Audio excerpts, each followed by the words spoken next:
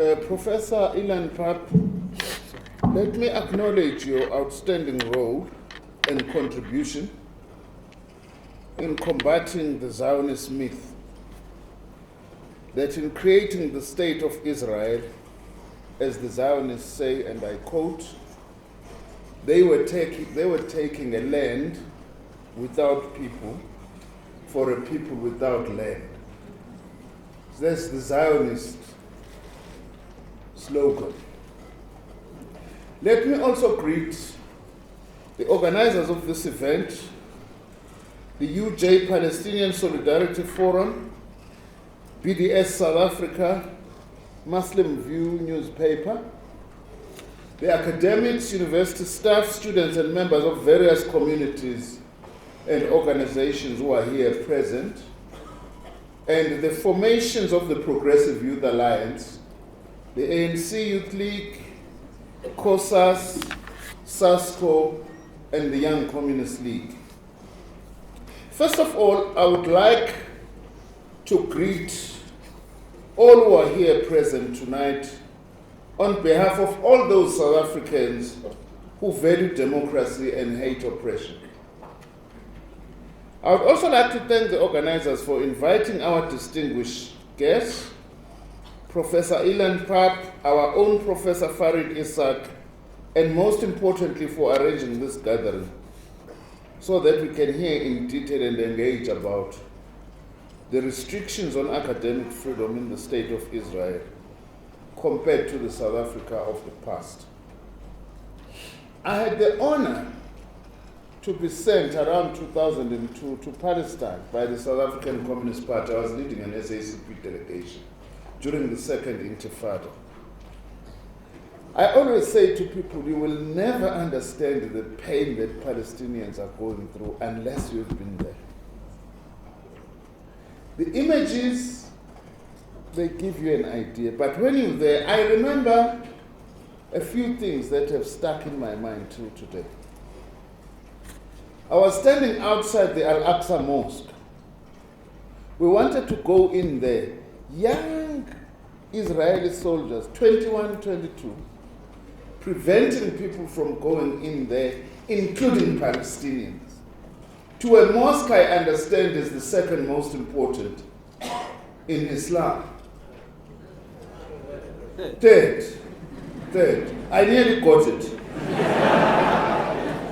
And this one old man who was in his early 70s with a key pointing us to his house, that's where he was born, but his family was kicked out in 1948, and when his father died, left him with that key.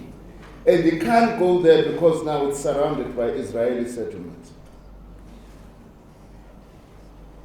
In many respects, I felt that Israeli apartheid is worse than South African apartheid.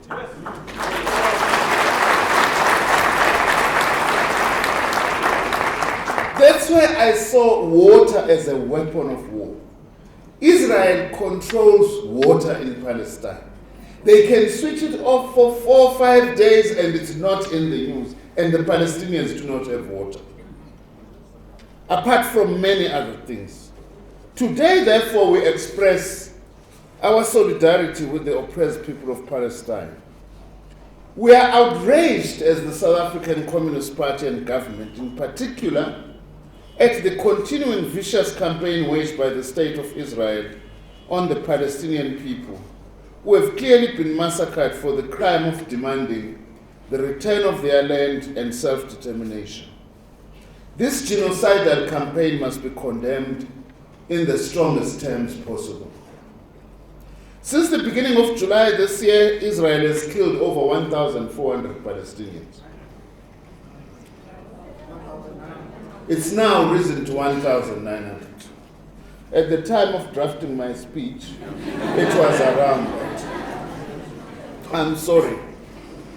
Through bombardment from air, sea, and land,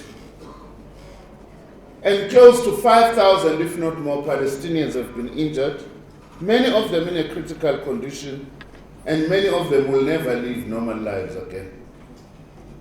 Hundreds have required amputations in order to save their lives. More than 2,000 Palestinian homes have been demolished or severely damaged. Schools, hospitals, and health centers have also been destroyed. Electricity, water, and sanitation infrastructure has been smashed, affecting over 95% of the population in the Gaza Strip. In 2002, Professor Isaka was in Gaza. It was like a ghost city. We were staying in a 7th floor hotel, and there was 5 of us, and we were the only occupants of that hotel. They served us by going to the takeaway. And you know, coming from South Africa at that time, when you hear blast, you are thinking maybe it's these cement blasting things. And it was bombs. And whilst we were there, one of Arafat's bodyguards was actually killed. And those were real bombs during the day. Now, as we condemn these actions, we should keep in mind that this latest bombing and incursion into Gaza is only the latest of many outrages that have marked the past 70 years of violent and cruel oppression of the Palestinian people. In this period, the state of Israel has killed many thousands of Palestinians and chased hundreds of thousands, if not millions, from their land. We must also condemn the hypocrisy of the government of the United States.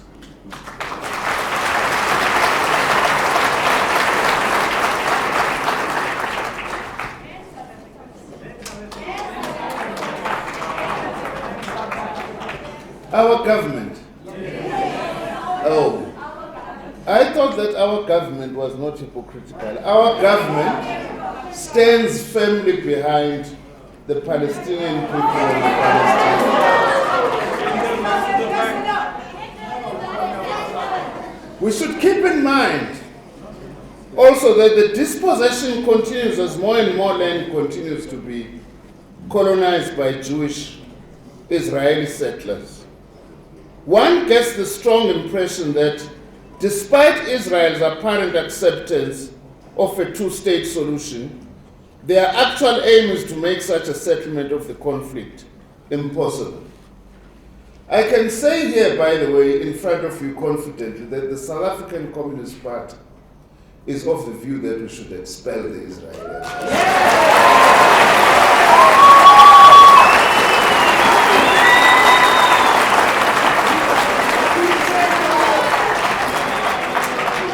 And recall the South African ambassador from Israel.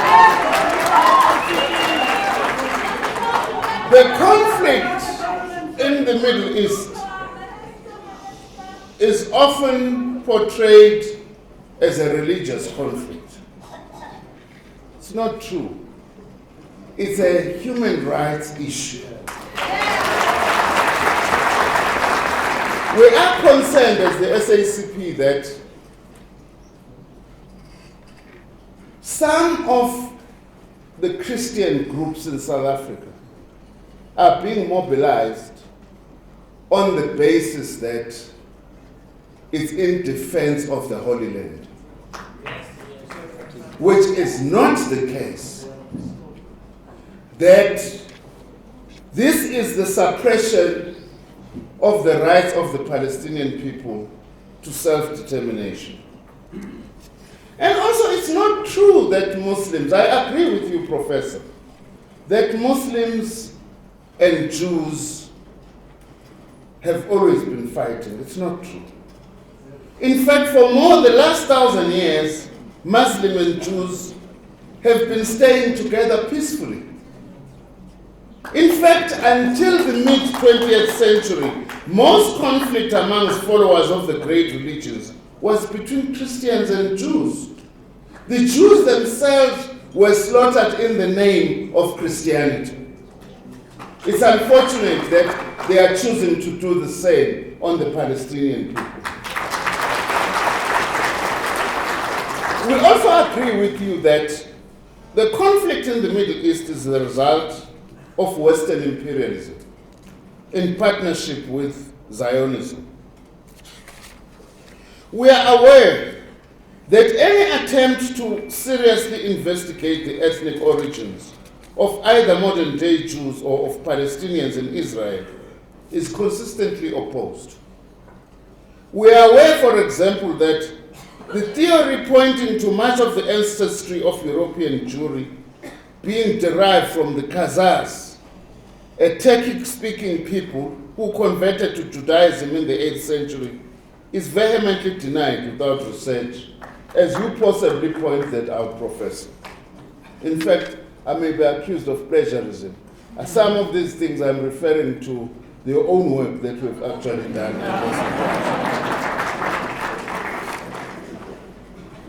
This is reminiscent, by the way, of the way in which the colonial and apartheid authorities in South Africa sought to justify their occupation of our land. And as the SACP said in 1962, describing South Africa, the white ruling classes, and especially the leaders of the Nationalist Party, have manufactured a version of the past and present of this country, which they systematically attempt to impose everywhere, from the schoolroom to international opinion. Communist Party continued to say in 1962 about South Africa, according to this picture, the early white settlers penetrated peacefully into a virtually unoccupied country. Just like Zionism claims that they took land without people for a people without land. Professor Isaac has mentioned many white South Africans who sided with the struggle of the oppressed. We also must salute you, Prof, for siding with truth and justice, despite the fact that possibly the Israelis would hate you more than their enemies because they regard you as a traitor. The work that we are doing on the history of the conflict in Palestine is something that is very important. But I would come back to that towards concluding to make some very concrete suggestions. I would also like to congratulate you, Jay, especially the comrades who pushed for breaking of relations between you, Jay, and Ben Gurion University.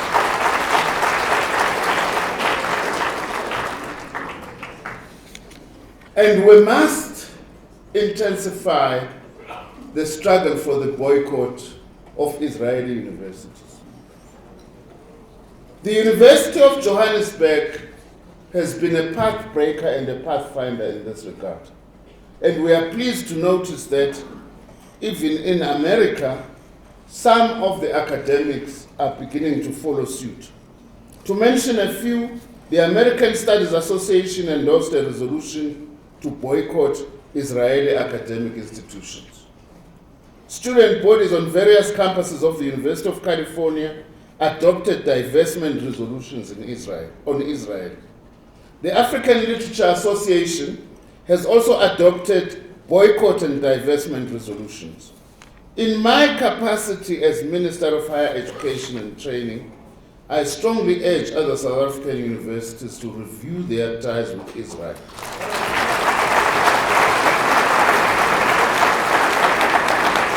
And seriously consider joining the Boycott Israel campaign. Some South African institutions boast about their opposition to apartheid. Let them now demonstrate that they are also opposed to oppression of the Palestinians. For those institutions that supported and propped up the apartheid system, this is the opportunity to redeem themselves. Internationally, such campaigns are usually led by academic and non-academic staff and by students. Perhaps in this instance, they should take the initiative in South Africa as well. Progressive forces in our universities should follow the UJ example and call for termination of relations with Israeli universities. However, progressive academics and students in apartheid South Africa as well as in apartheid Israel and Palestine, provided intellectual support to the cause of liberation, often at risk to their own safety. Some were banned, others were imprisoned, and some, like Abraham Tiro and Rick Turner, were gunned down by murderers dispatched by the apartheid regime. Today, when there are no political restrictions with regard to the curriculum, I feel it is incumbent on our academics to infuse their curricula with a liberatory content and to tell their students about the injustices perpetuated in other parts of the world, such as Palestine. Our own view is that South African freedom shall remain incomplete for as long as the Palestinian people remain oppressed. Despite their difficulties, the Palestinian people were always in the trenches and in solidarity with our own struggle. We must emphasize this issue that academic freedom is inextricably intertwined with other rights and freedoms. The right to life is supreme. Citizenship, freedom of expression, association, movement, religion, belief, and opinion. Political rights, assembly, picketing, and demonstration, to mention but a few. The Palestinians are denied access to these rights and freedoms. We want to assure the young lady, Ukeka, that the SACP is also going to join you to mobilize for the boycott of Woolworths and other shops selling Israeli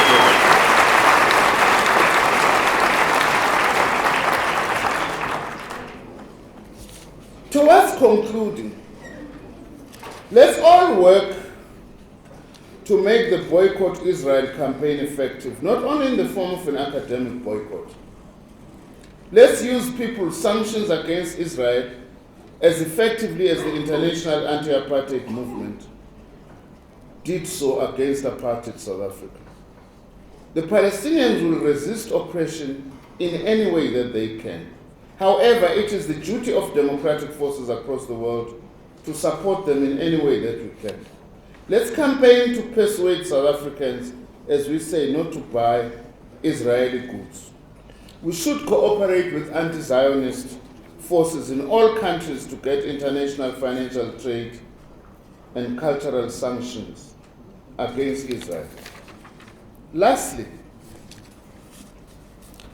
perhaps to concretize our solidarity with the Palestinian struggle, I'm calling upon our progressive university communities. Perhaps UJ should lead from the front in this respect, to consider establishing a center for Middle East studies with the Palestinian struggle as its end. I want to offer today that as a Department of Higher Education and Training, we would be amenable to discussions in this regard.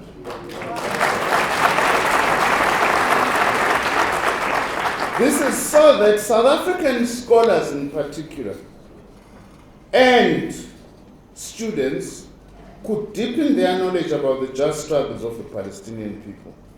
Perhaps this could be done in partnership with the Palestinian University and the broader Palestinian diaspora, including progressive Jews like Professor Park.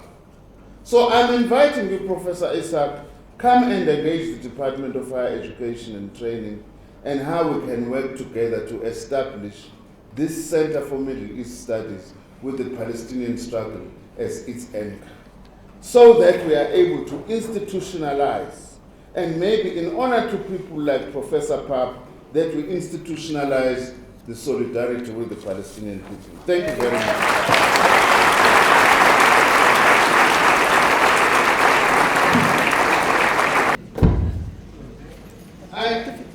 I think that the route to go, I don't think that we can compare by law in terms of our constitution and what we've been trying in our own constitution. about institutions like universities. You can compel by law, but what we must do is to do mass campaigning. If we can actually have across university campaigns, as I was saying, led by progressive lecturers, led by progressive students, to actually force our universities to boycott Israel.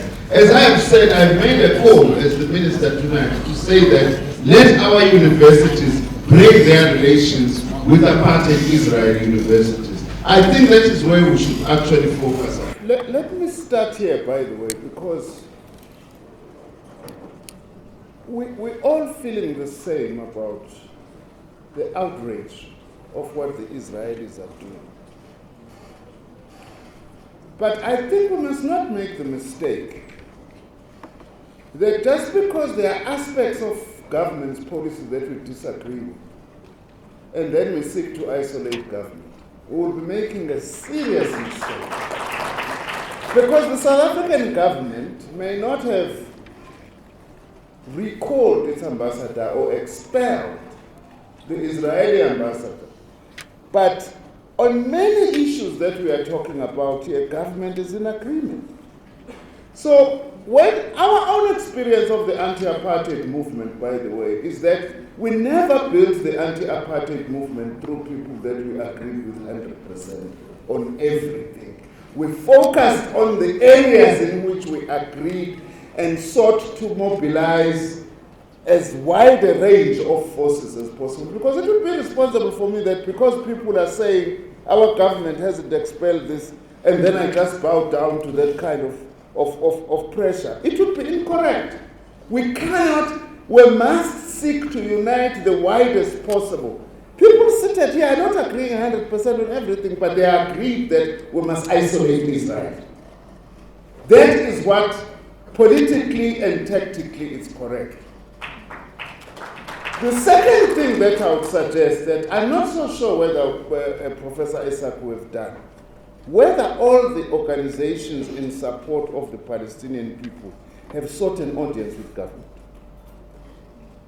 including the allies, the ANC, the SACP, and COSATU, the youth formations, all the Palestinian Solidarity Forum, to seek an audience with government. We're not saying don't pressurize government. For all purposes, march to government and say, withdraw the ambassador. I'm not saying that we mustn't do that. But we must also seek, it's our own government, by the way, we must also seek to go and engage government. And actually say to government, these are our views, including some of these details. I will raise these details. Some of them I'm not aware of, for instance, about South Africans serving in the... It's a very serious matter. I will raise it in government, but I think that it would be very important also if the Palestinian Solidarity seek a meeting with government and put pressure on government in terms of what we want to do. As I say, it would be a mistake to then say it's us in solidarity with Palestine, it's the South African government, as if it's the same as the US government. It's not the same as the US government, even if we may not be happy about some of the things that government is saying. That would be my honest suggestion, and so on. As I have said, the SACP, there are certain things that it would like to see government doing more than it is doing at this point in time. And I'm saying all of us, let's engage government, let's put pressure on government, it's correct, in order to be able to do that. I hope that I am making sense for the sake of advancing and solidarity with the Palestinian people. Thank you very much.